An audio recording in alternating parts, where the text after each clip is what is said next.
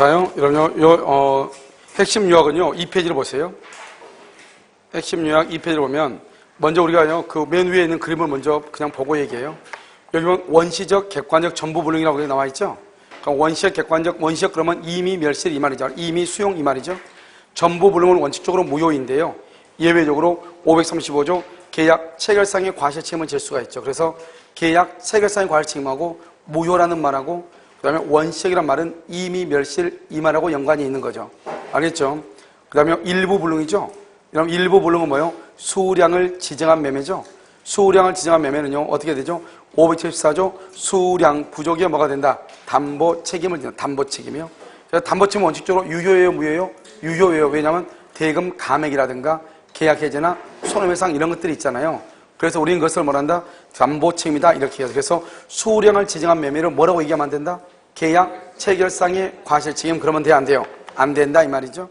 자, 그다음에 후발적 불능이죠. 밑에 후발적 불능은 유효예요, 무효예요? 유효이죠. 그러면 예외적으로요, 채무자, 그럼 매도인을 채무자라고 하죠. 매수인을 채권자라고 그래요. 물건을 기준하니까요. 그래서 여기서 보면 뭐냐면 채무자, 귀책사유죠. 그것을 채무불행이라고 그래요. 채무불행이 있으면 계약해제, 원상회복, 손해배상의 말이 있고, 그 다음에 채권자죠. 채권자가 잘못한다. 채권자 위험부담주의고 쌍방의 잘못이 없다. 채무자 위험부담주의 또는 대상청권 이렇게. 그럼 이 표에서 우리가 중요한 것은 뭐냐면 다음 중에서 뭐라고 하냐? 다음 중에서 유효인 것은 이렇게 시험에 안 나와. 왜냐하면 유효인 것은 그러면 유효인 것은 그러면 무효인 것이 4개를 써야 되잖아요. 4개를 쓸 수가 없단 말이죠. 원시적 불능밖에 없으니까. 그러면 뭐라고 나오냐? 다음 중에서 유효가 아닌 것은 이렇게. 유효가 아닌 것. 그럼 유효인 것은 뭐다? 첫 번째 수량을 지정한 매매. 담보 책임이 유효죠. 하나 있고. 그 다음에 두 번째는요. 후발적이죠. 후발적은 무조건 다 유효잖아요. 그래서 그 유효인 것에 예외적으로 이렇게 보면 4개가 이렇게 나와 있죠. 채무불이행, 해제권, 원상회복 의무, 손해배상, 그 다음에 채권자 위험부담주의, 채무자 위험부담주의, 대상청권. 이것이 전부가 다 유효거든요. 유효인데 대상청권, 유효인데 위험부담, 유효인데 채무불이행. 이런 말이에요. 알겠죠? 두 번째는 시험에 어떻게 나오냐? 다음 중에서 후발적 불능이 아닌 것은 이렇게 나와. 후발적 불능이 아닌 것은? 그러면 후발적 불능이 아닌 것은 뭐다? 계약 체결상의 과실 책임 묻는 거죠. 그래서 계약 체결상의 과실 책임은 원칙적으로 원시적 불능이란 말이죠. 이해됐죠? 그 다음에 또 여러분 또 뭐가 시험에 나올 수 있냐면요. 채무불이행과 관계가 없는 것이 시험에 나올 수 있어요. 채무불이행. 시험에 지문으로 나올 수 있단 말이죠. 여러분 계약 체결상의 과실 책임은 원시적이죠. 그러니까 채무불이행한 말이 안 나와. 알겠죠? 그 다음에 위험부담. 위험부담도 채무불이행한 말이 안 나와. 왜? 채무불이행은 채무자가 잘못해야 되는데 채권자 위험부담은 채권자가 잘못한 것이고 채무자 위험부담은 쌍방이 잘못이 없으니까 채무자가 잘못이 없다 이 말이죠. 알겠죠? 그러니까 채무불이행이란 말이 나올 수 없는 것 두 가지. 그 다음에 계약 체결상의 과실 책임하고 위험부담에서는 그건 뭐다? 그것은 채무불이행이라고 하는 말이 나올 수가 있다 없다? 없다 이 말이죠. 이걸 잘 알아야 돼. 이 표를 보고 지금 여러 가지를 지금 보는 거예요. 자, 무슨 말인지 알겠죠? 자, 지금부터 계약 체결상의 과실 책임을 봐. 자, 그러면 계약 체결상의 과실 책임은 여기서 이렇게 이제 갑이 있고 여기 을이 있죠? 갑이 뭐란다? 갑은요, 뭐죠? 악이라든가 또는요, 뭐가 있다? 과실이 있다 이 말이죠. 을은 반드시요, 선의 플러스 무과실이 돼야 돼. 선의 플러스 무과실이요. 그러면 여기서 2월 1일이죠? 이렇게요. 그러면 여기서요, 1월 30날요. 1월 30날 건물이 멸실됐죠? 이것을 뭐란다? 이미 이 말이죠. 이미 멸실됐다. 이것을 원시적 불능이다. 이렇게 얘기하고요. 그 다음에 계약을 체결하고 난 다음에 3월 1일이 이행기예요. 이행기인데요. 여기서 2월 20날이요. 건물이 멸실되죠? 이것을 후발적이다. 이렇게 얘기하죠. 그럼 여기서 원시적일 때는 무슨 이익을 배상한다? 우선 신뢰 이익을 배상하죠. 신뢰 이익이요. 그 다음에 후발적에는 무슨 이익을 배상한다? 이것을 이행 이익을 배상하죠. 이행 이익이요. 그러면서 신뢰 이익이죠. 그러면 이행 이익을 넘지 못한다. 이런 말. 자, 그럼 볼까요? 첫 번째요. 계약 체결상 과실 책임은 일단 계약을 체결했는데 그 전에 이미 건물이 멸실되고 없다. 이 말이죠. 그 다음에 그것이 갑은 악이나 과실이 있고 1번 원시적이죠. 악이나 과실이 있고 그 다음에 을은요 선이 무과실이고 알겠죠? 그 다음에 무슨 이익이다? 신뢰이익이고 뭐를 넘을 수 없어? 이행이익을 넘지 못한다. 그런데 만약에 여기에서요 갑은 반드시 악이나 과실인데 갑이 만약에 선이 플러스 무과실이다. 선이 플러스 무과실이다. 그러면 갑은 을한테 책임을 지지 않아요. 만약에 을이요 선이나 무과실이라 되는데 선이 플러스 무과실인데 을이 만약에 악이나 또는 을이 과실이 있다. 그러면 갑은 을한테요 책임을 지지 않아요. 그러니까 계약 체결상 과실 책임은 뭐라고 나오냐? 이렇게 나올 수 있죠. 갑이 과실이 있고 을도 과실이 있다. 을이 과실이 있죠? 그러면 갑은 을한테 책임을 진다 안 진다? 안 진다. 이런 말이죠. 알겠죠? 그래서 그것을 잘 알아야 돼. 자, 문제를 한번 볼까요? 문제요. 문제를 한번 보시면 자, 문제요. 262페이지요. 262페이지 문제 17번을 보셔요. 계약 체결상의 과실 책임이죠. 1번 우리 민법은 원시적 불능의 경우에 일정한 요건을 충족하면 신뢰이익에 관한 손해의 배상 책임이 발생한다고 말하고 있다. 정하고 있다. 그래서 손해의 배상 책임이 발생한다고 정하고 있다. 원시적 불능이죠. 일정한 요건이란 게 뭐죠? 이거죠. 계약 체결하기 전에 거물이 멸실되고 갑은 악이다 과실이 있고 을은 선이 무과실일 때 이 말이죠. 2번 계약 체결상 과실에 있어서 손해를 입은 상대방은 줄고 상대방은 선이 무과실. 알겠죠? 3번 계약 체결 시에 목적의 불능을 알았던 계약의 당사자, 알았던 악의의 계약 당사자 갑, 알 수 있었던 과실, 상대방은 을에 대해서 신뢰이익 배상 책임을 진다, 지지 않는다, 지지 않는다. 왜? 갑은 악이다 과실, 을은 선이 무과실인데 을이 지금 과실이 있잖아요. 그러니까 책임을 진다, 안 진다? 안 진다. 4번 계약 체결상의 과실 책임에 있어서 신뢰이익을 청구할 수는 있으나 이행이익을 뭐한다? 넘지 못한다. 그래서 이행이익을 넘지 못한다. 5번은요. 원시적 불능 사실을 매도인이 과실로 알지 못하고 매매계약을 체결했죠. 매수인 역시 그러한 사실을 과실로 알지 못했다. 지금 봐봐. 지금 보면 매도인이 누구죠? 갑이죠. 갑이 지금 뭐가 있다? 과실, 동그라미. 그 다음 바로 옆에 매수인 줄 것이고 매수인도 바로 옆에 과실이요. 매도인도 과실이 있고 매수인도 과실이 있죠. 이런 경우는 뭐다? 신뢰이익 배상을 청구할 수가 있다, 없다? 없다. 그래서 5번이 틀렸다 이 말이죠. 알겠죠? 그 다음에 18번은 뭐냐면 봐봐. 18번은요. 교섭 단계예요. 이런 교섭 단계에서 상당한 이유 없이 또는요 정당한 이유 없이요. 상당한 이유가 있느냐 없느냐. 있다 그러면 적법이고요. 만약에 없다 그러면 이것을 불법행위라고 그래요. 상당한 이유 없이 이 말이죠. 그럼 불법이죠? 이런 경우는 불법행위다. 그래서 부당 파기하죠. 교섭이란 말이 뭐죠? 아직 교섭이라는 것은 계약을 체결했다 안 했다? 안 했죠? 그래서 체결 전이죠. 체결 전이니까 여기서 두 가지가 나오죠. 첫 번째는 채무불이행이라는 말이 나올 수가 없었고요. 그 다음에 여기서 체결 전이죠. 그러니까 원시적이란 말이고요. 원시적이니까 무슨 이익을 배상한다? 신뢰이익을 배상하고요. 신뢰이익이요. 그 다음에 불법행위에 의해서 신뢰이익 배상을 한다 이런 말이죠. 그러면 이 불법행위에 대해서는 정신적 충격에 대한 정신적 위자료도 청구할 수 있어. 불법행위는요. 그 다음에 일방이요. 적극 요구에 적극적으로 요구를 해가지고 비용을 들였단 말이죠. 그럼 이 비용도 손해로 소모할 수 있다. 청구할 수 있고요. 그럼 여기서 신뢰라는 것은 뭐다? 신뢰는 내가 계약이 체결될 것으로 믿었다 이 말이죠. 그러면 계약 체결이 좌절되더라도 어쩔 수 없다. 그러면 돼, 안 돼? 안 되죠. 그 다음에 또 한 가지 뭐냐면 신뢰라고 하는 것은 뭐냐면 우리가 이제 경쟁 입찰이죠. 경쟁 입찰이라는 것은 뭐예요? 경쟁 입찰? 경매죠. 경매는 반드시 내가 경락을 받는다는 보장이 있어 없어? 없죠. 그래서 경쟁 입찰에 참가하기 위한 견적서 작성 비용, 견적서 작성 비용 이 말이죠. 이런 것도 된다 안 된다? 안 된다 이 말이죠. 안 된다. 알겠죠? 그래서 계약 체결이 좌절되더라도 경쟁 입찰에 참가하기 위해서 견적서 작성 비용 같은 것은 안 된다. 이것을 우리는 얘기한다 이런 말이죠. 알겠죠? 자, 그럼요 18번 보세요. 당사자 일방이 교섭 단계에서 계약이 확실하게 체결될 것이라는 정당한 기대 내지 신뢰를 보여요. 상대방이 신뢰에 따라 행동했어도 불구하고 일방이 정당한 이유 없이 줄고요. 정당한 이유 없이 계약 체결을 거부. 그래서 손해가 발생하죠. 1번 계약 책임 줄고요. 계약 책임보다 채무불이행이죠. 채무불이행은 성립할 수 없죠. 왜요? 교섭 단계니까 아직 계약을 체결했어 안 했어? 안 했죠. 교섭 단계니까 계약 체결이 없다 이 말이죠. 그러니까 책임이 발생할 수가 없죠. 불법행위 책임은 성립할 수 있다. 이때 배상돼야 할 손해는 계약이 유효하게 체결된다고 믿었던 것에 의하여 입었던 손해 거기까지 줄고요. 계약이 유효하게 체결된다고 믿었던 것에 의하여 입었던 손해 이것을 신뢰이익이죠. 신뢰이익이 한정된다. 3번요. 신뢰이익 배상이 되는 경우 배상해야 할 손해의 범위에 대해서 줄고요. 경쟁 입찰 딱 그러면요. 경쟁 입찰 누라미 경쟁 입찰 참가하기 위해서 지출한 견적서 작성 비용은 포함된다 안 된다? 안 된다. 다른 말로 이것을 뭐란다? 계약 체결이 좌절되더라도 어쩔 수 없다 이런 말이죠. 자, 4번은요. 계약 교섭의 파기로 인한 불법행위가 인격적 법익을 침해해 줄고요. 그 다음에 두 번째로 정신적 고통을 초래.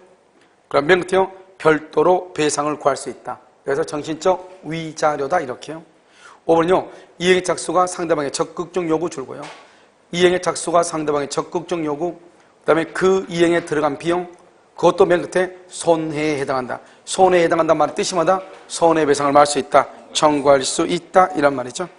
자, 그래서 여러분요, 거기 보면, 우리가 밑에 보면 2페이지요. 요약집 2페이지 보면 뭐 더 이상 볼 건 없어요. 똑같으니까. 무슨 말인지 알겠죠? 자, 그 다음에 어디로 보냐면, 동시에 한 몇 건이죠? 263페이지가 문제는요. 그러면 뭐죠? 핵심 요약집은요. 핵심 요약집은 몇 페이지를 보느냐? 4페이지를 봤어. 아니, 5페이지. 5페이지. 알았죠? 5페이지. 자, 이제, 우리가 얼마 전에 여러분요. 채권법 판례 특강을 했기 때문에 다 아니까요. 그냥 해도 되는데, 여러 같은 상황이 있어서 입어서 한번 해보면. 자요, 여러분요. 동시에 한 몇 건이죠? 동시에 한 몇 건이라는 것은 뭐냐? 첫 번째 이렇게죠? 갑하고 이렇게 을하고 있다. 그러면 2월 1일 계약을 체결했다. 그러면 갑은 을한테 뭘 한다? 등기 서류를 준다. 을은 갑한테 잔금을 준다. 이 두 가지는 무슨 관계다? 동시이행이다. 동시이행이요. 그럼 동시이행이라는 것은 동시이행이 있을 때 만약에 갑이 을한테 등기 서류를 제공하죠. 그럼 을은요 잔금 지급을 거절할 수 있다 없다? 없죠. 항변권이 없다 이 말이죠. 그런데 갑이 등기 서류를 제공하지 않으면서 을한테 돈을 달라고 그래. 그럼 을은요 갑이 등기 서류를 제공할 때까지 잔금의 지급을 뭐 한다? 거절한다. 이 거절을 뭘 한다? 항변권이다. 이렇게 얘기하죠. 그래서 항변권이 있다는 말의 뜻은 우리나라는 반드시 자신의 채무를 제공하고 상대방한테 이행을 청구해야 되는 것은 아니다. 그냥 청구할 수도 있다. 그냥 청구하면 상대방은 뭘 한다? 항변권을 행사한다. 이 말이죠. 자, 첫 번째요. 첫 번째 하나. 하나예요. 뭐다? 대가관계. 대가관계에 있는 무슨 계약이다? 쌍무계약이다. 설령 쌍무계약이 아니라 할지라도 서로가요 공평의 관점에서 봤을 때 결연성을 인정할 수 있으면 항변권은 인정될 수도 있지만 원칙적으로는 하나의 대가관계가 있어야죠. 대가성이란 말이 아주 중요하죠. 알겠죠? 그래서 우리는 동시에 항변권은 우리가 이행상의 결연성이 있고 이행상의 결연성이라고 하는 것이 있고 그러면 존속상의 결연성 이렇게 두 가지가 있죠. 이행상의 결연성은 뭐다? 동시이행 항변권이고 존속상의 결연성은 뭐다? 위험 부담하고 관계가 되죠. 그래서 우리가 나중에 위험 부담 가면 존속상의 결연성 이런 말이 나와. 그런데 동시항변권은 이행상의 결연성 이렇게 하고 첫 번째 뭐냐면 하나니까요. 별개의 약정 된다 안 된다? 별개의 약정이라고 하는 것은 안 된다. 원칙은 안 되죠. 그런데 특이하게 해서 임의 규정이니까 된다 이 말이고 이때의 별개라고 하는 것은 뭐다? 경매가 무효인 경우. 경매가 무효가 되죠.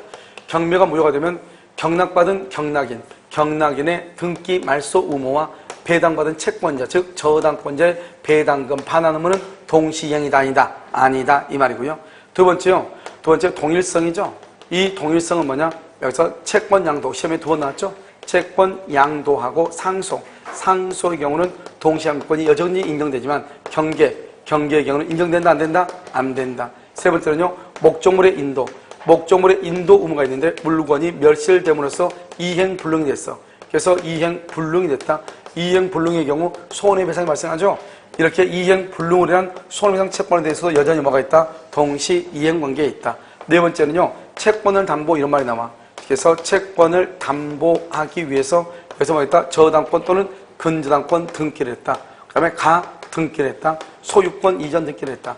가등기를 하게 되면 가등기 담보라고 하고 소유권 이전 등기를 하면 양도 담보라고 한다.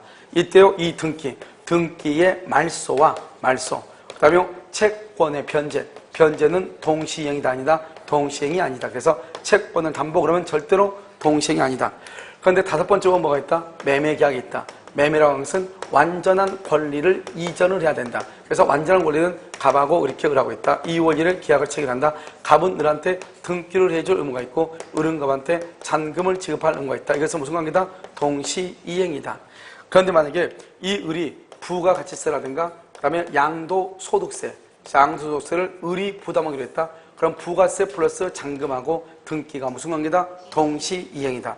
여기서 갑이죠. 갑은요 저당권, 근저당권이나 건물의 압류나 가압류나 또는요 가처분 등기가 있다. 그럼 어떻게 하냐? 이런 모든 등기를 뭐란다? 말소하고 소유권 이전 등기가 잔금하고 무슨 관계다? 동시행이다. 동시행은 뭐다? 채무 불이행이 아니다. 채무 불이행이 아니면 계약을 말 수 없다. 해제할 수 없다. 그래서 우리가 나중에 계약에 해제해서 가면 무슨 말이 나오냐? 갑의 건물에 가압류가 있는 경우 채무 불이행을 이유로 계약을 말 수 없다. 해제할 수 없다. 이런 말이 나와. 알겠죠? 왜 그러냐?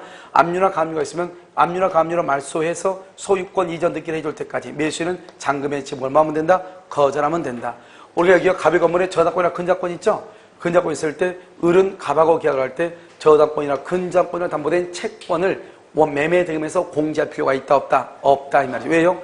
갑이라는 사람이 자기가 스스로 은행에다가 돈을 갖고 저당권 등기를 말소해서 완전한 소유권 이전 등기를 해주면서 잔금을 달라고 하면 되니까. 그러니까요, 여기서 원래 매매 득임에서 저당권의 피담보채권을 공제할 필요가 없고, 갑의 건물에 저당권이나 근저당권이 있다 할지라도 갑하고 는 매매계약이 성립될 수가 있다 없다? 있다. 그래서 이것은 뭐다? 우리가 임대차에 가면 지상물 매수청구권에서 뭐라고 되어 있냐? 그 지상물에 저당권이나 근저당권이 있다 할지라도 지상물 매수를 청구할 수 있다. 지상물 매수를 청구하면 청구 당시 시가대로 매매계약이 성립하는데 이때의 시가에 피담보 채권액을 공제할 필요가 있다 없다? 없다. 이렇게 나오는 거죠. 자, 두 번째는요, 변제기가 있어야 된다. 변제기는 첫 번째가 뭐냐? 불안의 항변권이다. 그래서 불안의 항변권이라고 하는 것은 항변권, 신용 불안이라 신용 불안이라든가, 그다음에 재산 상태가 뭐가 된다? 악화. 재산 상태가 악화가 된다. 이것을 불안의 항변권이다. 이렇게 얘기하죠. 자, 두 번째는 또 뭐겠냐? 두 번째는요, 여기서 가장 심하게 잘하는 게 중도금이죠. 중도금하고 잔금이다. 중도금을 뭐란다? 선이행이라고 하고, 잔금을 뭐란다? 이행기다. 이렇게 얘기하죠. 선이행을 하지 않는다? 그럼 이것은 동시행이 아니죠. 동시행이 아니니까 그것은 채무불이행이 되고, 채무불이행의 대표적인 게 바로 이행지체이고, 이행지체가 되면 뭐란다? 지연이자, 지연배상을 해야 되고, 그리고 계약을 해지할 수 있다 없다? 해지할 수 있다. 그래서 여기 보면 동시행이다, 채무불이행이 아니, 채무불이행이죠. 채무불이행일 때 계약을 해지한단 말이죠. 그러면 채무불이행의 대표적인 게 뭐냐? 그래서 이행지체죠. 그래서 이행지체일 때 계약을 해지한다 이런 말이죠. 그런데 여기는요, 이행기죠. 잔금이죠. 이행기가 되면 동시행이죠. 동시행은 채무불이행이 아니죠. 채무불이행이 아니란 말은 다른 말로 이행지체가 아니죠. 이행지체가 아니다. 그럼 다른 말로 지연이자를 준다 안 준다? 지연이자를 안 준다. 계약을 해지할 수 있다 없다? 해지할 수 없다. 만약에 계약을 해지하고 싶다. 동시행일 때 계약을 해지를 못하는데 해지를 하려면 어떻게 해야 된다? 자신의 채무를 정해서 상대방을 뭐에 빠뜨려? 이행지체에 빠뜨린다. 그래서 여기서 이행지체에 빠뜨릴 때를 어떻게 한다? 자신의 채무를 뭐한다? 제공한다. 이행지체를 뭐한다? 채무불이행이다. 그러면 계약을 할 수 있다? 해지할 수 있다. 그런데요, 선이행 의무자가 이행을 하지 않고 있는 사이에 상대방 채무의 이행기, 변제기가 도래하죠? 그럼 이때부터 무조건 무슨 관계다? 동시행. 그러면 잔금 지급 이후에는 이자를 낸다 안 낸다? 안 낸다. 그러면 우리가 동시행이죠? 동시행일 때 들어간다? 당연히 이행지체가 아니고 지연이자를 내지 않죠. 당연히. 두 번째요, 항변권을 하지 않아도 행사를 하지 않아도 당연히 이행지체가 아니고 지연이자가 없는 거죠. 자, 세 번째는요, 우리가 동시항변권인 것을 자동채권으로 해서 뭐를 못한다? 상계하지 못하고, 수동채권으로 뭐 할 수 있다? 상계할 수 있다. 이런 말이죠. 그래서 자상하지 못하고 수상할 수가 있다. 이렇게. 여기서 이제 불안의 항변권이다. 이렇게 얘기하고요. 그 다음에 이제 세 번째는 뭐가 있냐? 세 번째는 채권자 지체라고 하는 것이에요. 채권자 지체. 다른 말로 뭐란다? 이것을 수령지체. 이렇게. 그래서 채권자 지체, 수령지체 중 이 말이죠. 채권자 지체, 수령지체 중에 이런 말이죠. 알겠죠? 채권자 지체, 수령지체 중 이렇게. 자요. 첫 번째는 뭐냐? 채권자 지체, 수령지체로 되어 있죠? 그래서 첫 번째는요, 이행 제공이 계속이냐? 계속. 그 다음에 여기 한 번 이행 제공이냐? 이 말이죠. 한 번 이행 제공이냐? 또는요, 다시 제공 없냐? 다시 제공이 없느냐? 이 말이죠. 그래서 한 번이냐, 다시 제공 없냐? 이 두 가지로 나누어지는 거죠. 그래서 이행 제공이, 채권자 지체 중에 이행 제공을 계속하죠? 그럼 뭐가 된다? 항변권은 뭐가 돼? 항변권은 소멸한다. 만약에 다시 제공 없다? 항변권을 소멸한다, 한다? 소멸하지 아니한다. 항변권을 행사할 수 있다. 이런 말이죠. 그래서 채권자 지체는 이것만 나오는 거죠.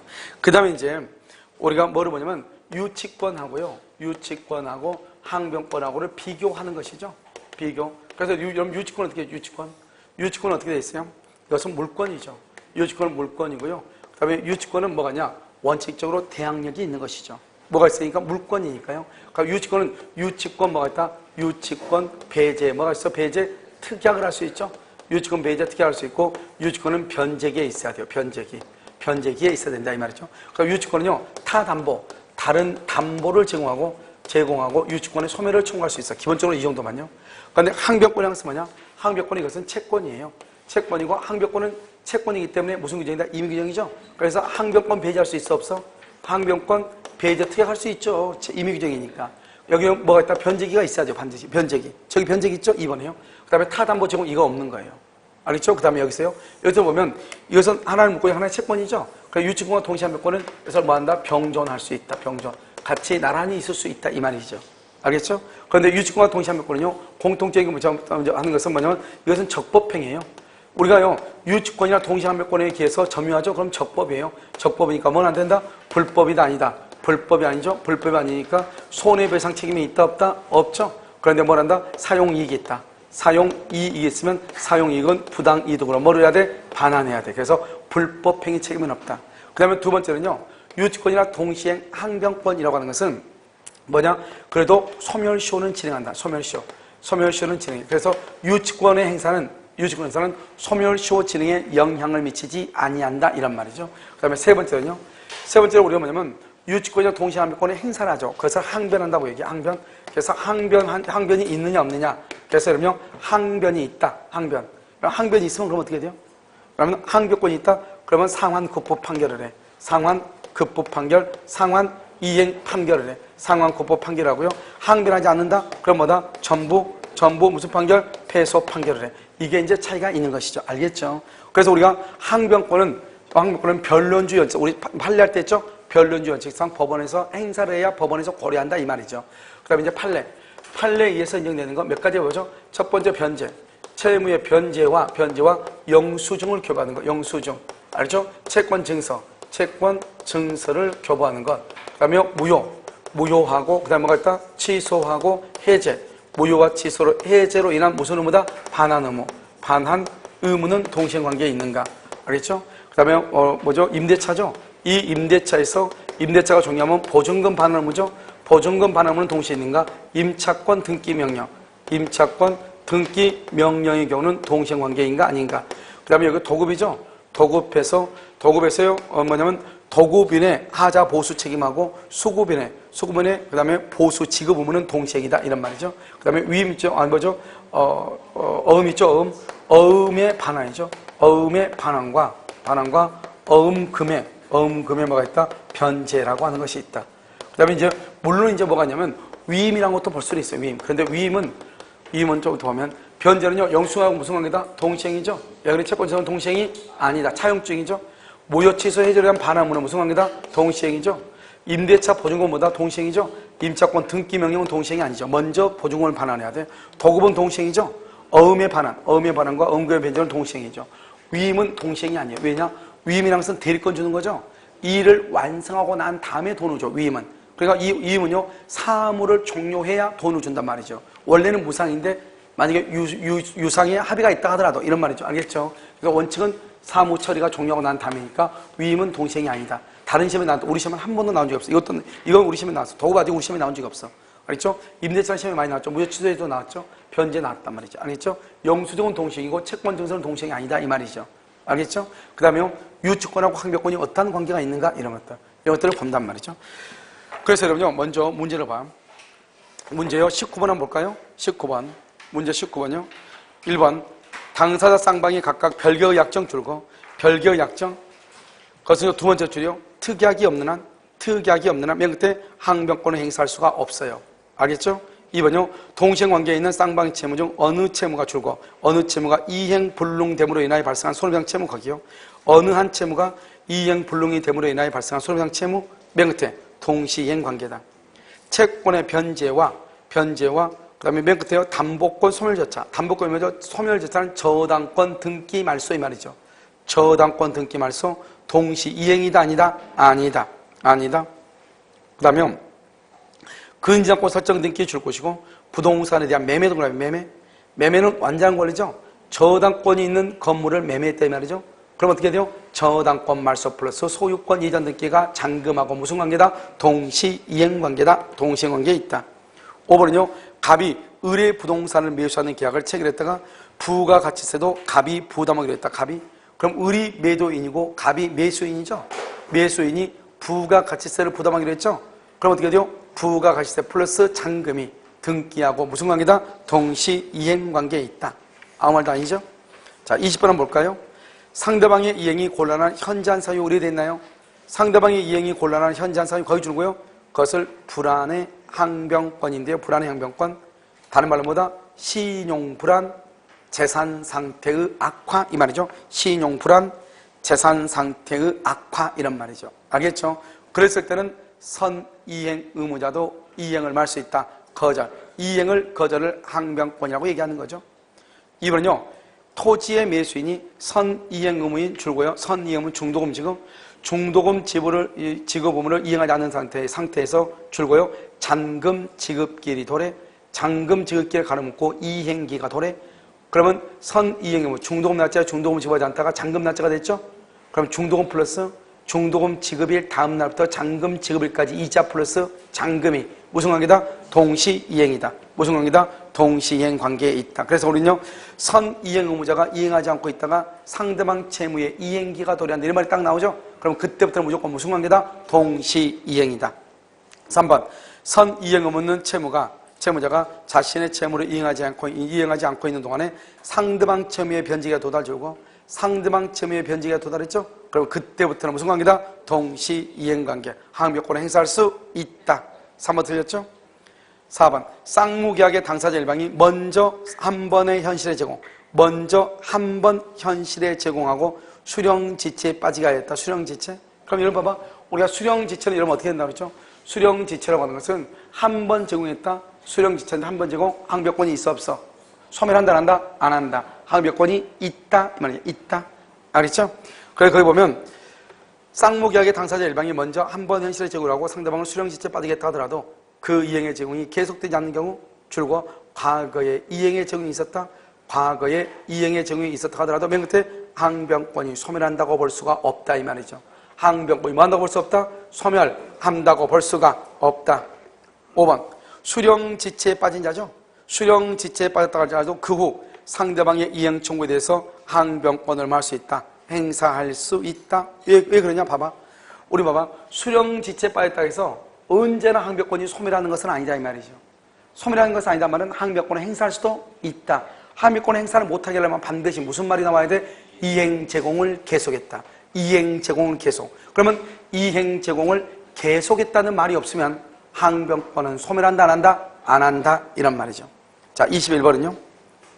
채무자가 동시이행의 항변권을 가지고 있더라도 동시이행의 항변권을 행사하여야 지체 책임을 면할 수 있는 것이 아니며 이행 거절 권능의 존재 자체로 지체 책임의 발생이 저지되는 것이다. 이것을 만나서 맨 끝에다가 당연효다. 당연히 효력이 발생한다. 당연효. 이 말은 무슨 말이냐? 항변권이 있죠. 그러면 오늘 잔금 날짜죠. 그런데 갑이요 등기소를 주지 않아. 그러면 을은요, 매수일은요, 잔금이 있든 없든 간에 관계없이 당연히 잔금을 지급하지 않아도 채무 불이행이 된다 안 된다? 안 된다. 이런 말이죠. 알겠죠? 이번은요, 동시항변권이 붙은 채권을 여러분요, 채권은 자동채권, 자상하지 못한다. 수동채권, 수상할 수 있다. 수동채권으로 말 수 있다. 상계할 수 있다. 자동채권으로 상계가 된다 안 된다? 안 된다. 이렇게. 자 3번은요. 매매를 원인으로 한 소유권 이전 등기 청구의 소에서 매도인이 매매대금 채권으로 동시행 항변권을 행사하면 무슨 판결이다? 상환 이행 판결을 받는다. 동시행 항변권의 행사하면 이렇게 상환이행 판결이죠. 그래서 거기다가 행사하지 않으면 전부 패소 판결이에요. 행사하지 않으면 전부 패소 판결이다. 이렇게. 그 다음에 4번이죠.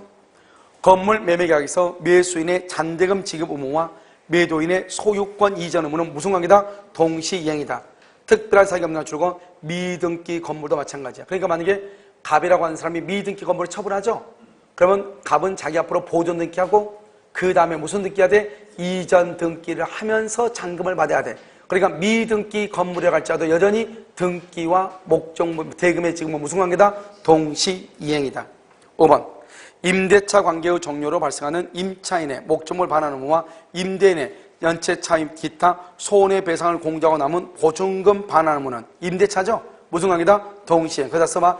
임차권 등기 명령의 경우는 동시이행 X. 임차권 등기 명령의 경우는 동시이행이 아니에요. 알겠죠? 자, 그럼 22번은요. 갑은 을에게 자기 소유 건물을 매도한 경우 갑의 소유권 이전 등기 의무와 을의 잔대금 지급 의무는 동시행이 있다. 그 다음에 줄고 갑의 건물 인도 의무, 갑의 건물, 인도, 의무도 무슨 관계다? 동시이행이다. 그래서 우리가요, 판례 강의할 때 얘기했었죠. 원래는 등기하고 소유권 등기음하고 잔금 지급이 동시행이죠. 그런데 판례는 뭐라 했다? 이게 원칙인데 이게 80% 90%란 말이야, 판례가. 그런데 일부 판례에서는 판례가 뭐라 했냐? 목적물의 인도, 명도, 의무도, 잔금의 지급과 무슨 관계다? 동시이행이다. 이렇게. 건물의 명도, 의무도 이렇게. 2번 계약의 해제, 줄과 해제. 3번에 무효, 4번에 취소, 묶고. 무효, 취소, 해제. 여기 무효와 취소, 해제. 무효나 취소나 해제로 인한 반환 의무는 무슨 관계다? 동시이행 관계. 이렇게. 5번은 먼저 어음이죠. 어음. 더 이상 뭐 필요 없죠? 어음의 반환과 어음금의 편제는 무슨 관계다? 동시이행. 우리 시험에 딱 한 번 나왔어. 그래서 기존 채무 이행 확보를 위하여 어음이나 수표를 발행한 경우 기존 채무의 이행 의무와 그 다음에 어음 수표의 반환은 무슨 관계다? 동시이행이다. 이렇게. 23번 1번 동시행의 항변권을 행사하는 것이 주로 자기 채무의 이행만을 회피하기 위한 수단. 그러니까 이 사람이 항변권을 행사하는데 내가 상대방 것을 받기 위해서 한 것이 아니고 자기 채무로 이행하지 않을 심산으로 항변권을 행사하고 있다 이 말이죠. 그럼 뭐가 된다? 권리 남용. 권리가 남용이 된다. 권리 남용이 되면 그 권리를 말 수 없다. 행사할 수가 없는 것이에요. 2번 수고빈이죠. 수고빈 대상 뭐 필요 없죠. 수고빈 그럼 무슨 관계다? 동시이행 관계. 3번 채무 변제와 영수증. 변제와 영수증 무슨 관계? 동시이행. 변제와 채권 증서에 반하는 무슨 관계? 동시이행이 아니다. 동시이행이 아니다. 차용증 등 채권 증서에 반하는 의무는 변제와 동시이행 관계에 있다. OX, X. 그래서 3번은 틀렸죠? 변제와 영수증 여부는 동시에. 4번 매도인의 토지거래 허가계약 신청 절차에 협력할 의무 줄고 이것을 부수적 의무. 이런 부수적 의무는 두 가지가 안 된다고 몇 번 얘기했어. 첫 번째 뭐다? 해제권 안 돼. 두 번째 동시이행 안 돼. 동시이행 안 돼. 부수적 의무는. 협력 의무는 부수적 의무는 두 가지가 안 돼. 해제권 안 돼. 동시이행 항변권이 안 돼. 그 다음에 5번 임대인의 임대차 보증금 반환 의무와 그 다음에 맨 끝에 임차권 등기 말소 의무는 동시행이다 아니다? 아니다. 동시행 관계에 있지 않다. 이렇게 맞는 말이죠. 24번 유치권과 동시항변권이죠. 유치권과 항변권은 모두 공평의 관점 줄고. 그럼 2번요. 유치권은 목적물의 인도 거절. 이때 목적물은요. 타인의 목적물의 인도를 거절해. 유치권은요. 그런데 동시항변권은요. 자기 채무의 이행을 거절해. 자기 채무 이행을 거절해. 자기 채무. 그 다음에 거기 보면 뭐라고 나와 있죠? 3번이죠? 유치권이죠? 유치권에 있어서는 상당한 담보를 제공. 여기 봐봐. 유치권은 상당한 담보, 타 담보를 증하고 유치권 소멸 청구할 수 있죠? 항변권은 그런 말이 있어? 없어. 알겠죠? 항변권은 그런 것을 행사할 수가 없다 이 말이죠. 그래서 여기 보면 3번에 유치권에는 상당한 담보를 증하여 유치권의 소멸을 청구할 수 있으나 동시행의 항변권에서는 담보의 제공에 의한 소멸 청구가 인정되지 않는다. 4번 유치권은 채무를 변제받을 때까지 그 행사가 가능하다. 그렇게 돼 있나요? 그래서 유치권은 채무의 변제를 받을 때까지 그래서 행사가 가능하죠. 불가분성이죠. 항변권은 상대방 채무의 이행을 제공받을 때까지. 알겠죠? 제공받을 때까지 가능하다. 5번 상대방의 이행 청구에 대해서 유치권 행사하면 유치권 행사 그러면 전부 패소 판결 그러면 안 되지. 무슨 판결이다? 상환급부 판결. 동시행 항변권을 행사하면 상환급부 판결. 둘 다 똑같아. 둘 다 똑같이 유치권이나 항변권 행사하면 둘 다 무슨 판결이다? 상환급부 판결, 상환이행 판결이 둘 다 똑같아. 만약에 행사하지 않으면 무슨 판결이다? 전부 패소 판결 이렇게. 자 25번 봐봐. 동시항변권이 없는 경우는 그렇게 됐죠. 1번 임대차 계약의 해제에 따른 임차인의 목적물 반환 의무와 임대인이 임차인에게 목적물을 사용 소유하게 할 의무를 불이행한 데 대한 손해배상을 하기로 한 각서에 의해서 발생한 약정 손해배상 의무 있어. 거기다 맨 끝에 별개의 채무 이퀄 동시행 X. 여러분 생각해봐. 이 첫 번째는요 계약 해제죠.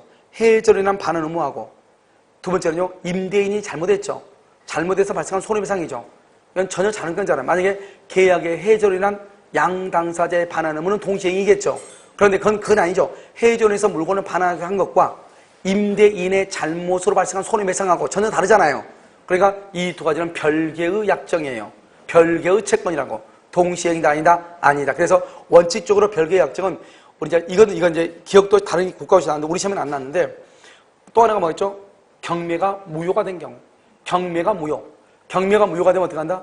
각 당사자의 반환 의무는 동시행이다 아니다? 아니다. 이거 다 똑같죠? 니은 계약이 무효나 취소, 무효나 취소 해제, 동시 이행이다. 그 다음에 임대차 보증금, 보증금 반환하고 임차물 반환은 동시행이지만 조심해야 돼. 보증금 반환이 임차권 등기 명령 때는 동시행이다 아니다? 아니다. 니을 수급인, 수급, 도급 수급이다. 무슨 관계? 동시 이행이다. 변제하고 영수증 동시행이다. 아니네, 이건 그 말이 아니네. 채권의 변제와 채권을 위하여 설정된 담보권 소멸 됐다. 담보권, 저당권 말소네. 저당권 말소 동시행이다 아니다? 아니다. 알겠죠? 아니다. 이렇게. 성질이 좀 급해서 그래요. 빨리 가야 되는데. 자, 26번은요. 갑과 26번.